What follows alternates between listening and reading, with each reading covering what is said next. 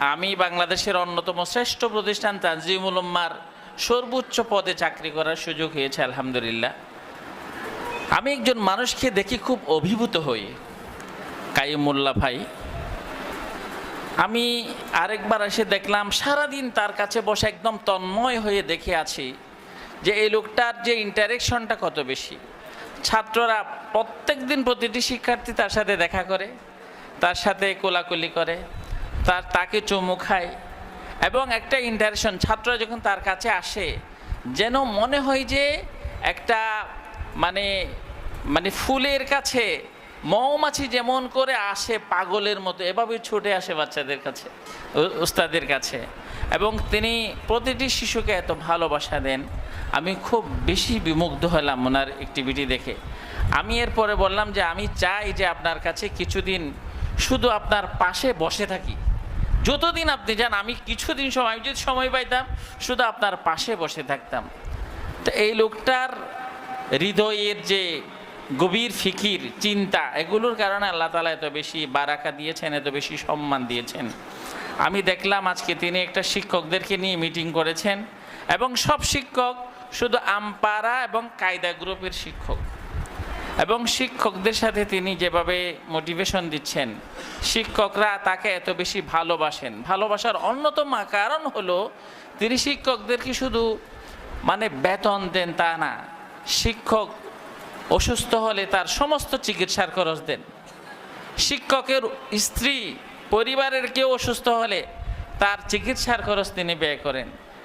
প্রতিষ্ঠানের কোনো কর্মচারী বা কোনো টিচারের কোনো বড় দুর্ঘটনা হলে এই দুর্ঘটনাতে উনি পাশে দাঁড়ান। এই যে যারা স্টাফ আছে, অধীনস্থ যারা আছে, তাদের পাশে দাঁড়ানোর মতো বিশাল হৃদয়ের একজন পরিচালক। এইরকম একজন পরিচালকের মানে প্রতিটি পরিচালক তার মতো হওয়া দরকার। আমি তার কাছ থেকে অনেক কিছু শিখেছি।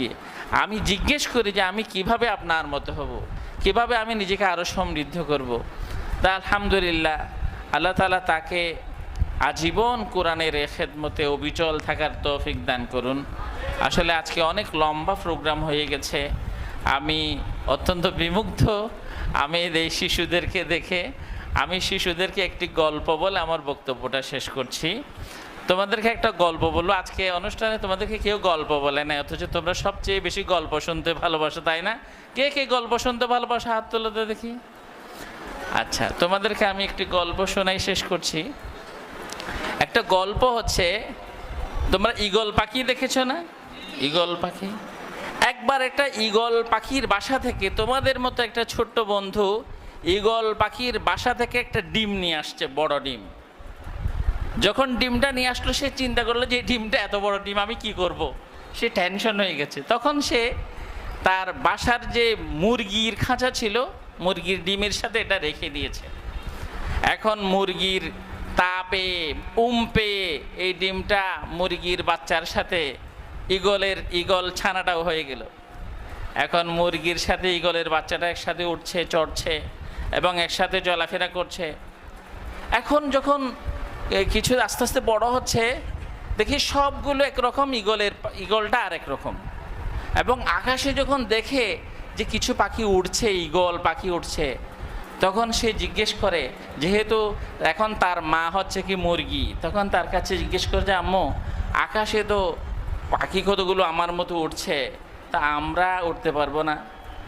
তখন মা বলল যে আমরা হচ্ছে কি মুরগি, ওরা হচ্ছে ঈগল, ওরা আকাশে উঠতে পারে, আমরা কিন্তু মুরগি, এই জন্য আকাশে উঠতে পারবো না। তখন তার মধ্যে খুব টেনশন হলো যে আমরা মুরগি, তাহলে সে খুব টেনশনে কোনোদিন ওড়ার চেষ্টা করছে না। একদিন হঠাৎ করে একজন তাকে বলল যে তুমি আসলে মুরগি না, তুমি হচ্ছে কি একজন ঈগল, তুমি কোনো না কোনোভাবে মুরগির খাঁচায় বড় হয়েছ, তুমি একটু চেষ্টা করো, তুমি একটু ডানা ঝাপটাও, দেখবে তুমি সত্যি সত্যি উঠতে পারবে।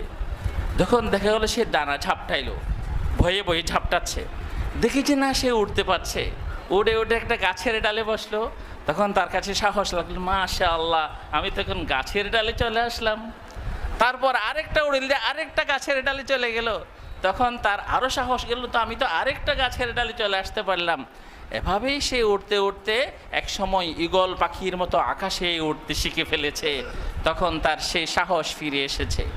এজন্য আমি তোমাদেরকে বলবো যে তোমরা যদি মনে করো যে আমরা কিছুই পারবো না, আমরা বড় হতে পারবো না, তাহলে তোমরা ছোটই থেকে যাবে। তোমরা যদি মনে করো যে আমরাও পারবো, আমরাও একদিন আব্দুল হক শাহ হুজুরের মতো হব, আমরা হাফিজ হুজুরের মতো আমরা হব, আমরা ইমাম গাজ্জালির মতো হব, আমরা পৃথিবী বিজয়ী মহাপুরুষে পরিণত হব, সেই স্বপ্ন যদি তোমাদের থাকে, তোমরা সত্যি সত্যি সেই স্বপ্ন বাস্তবায়ন করতে পারবে ইনশাআল্লাহ। আল্লাহ তাআলা তোমাদেরকে অনেক অনেক বড় করুন।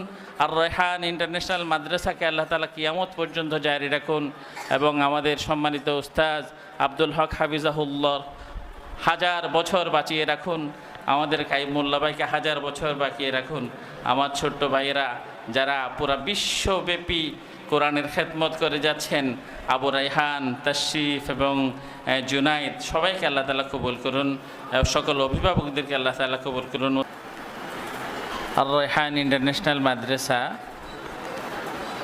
এই মাদ্রাসাতেই আমি আজকে দ্বিতীয়বার আসলাম, আরেকবার এসেছিলাম। আমি আসলে এই অনুভূতিটা বলার আগে আমি আমাদের আজকের সম্মানিত প্রধান অতিথি, আমার শ্রদ্ধেয় উস্তাজুল কুররা হাফেজ আব্দুল হক শাহ হুজুর হাফিজাহুল্লাহ, তার সম্পর্কে বলতে চাই। যখন হুজুর যখন উদ্যোগ নিলেন হুফাজুল কোরআন ফাউন্ডেশন নামের একটা সংগঠন করে, হাফেজদেরকে প্রশিক্ষণ করার কোনো সংগঠন ছিল না এক সময়।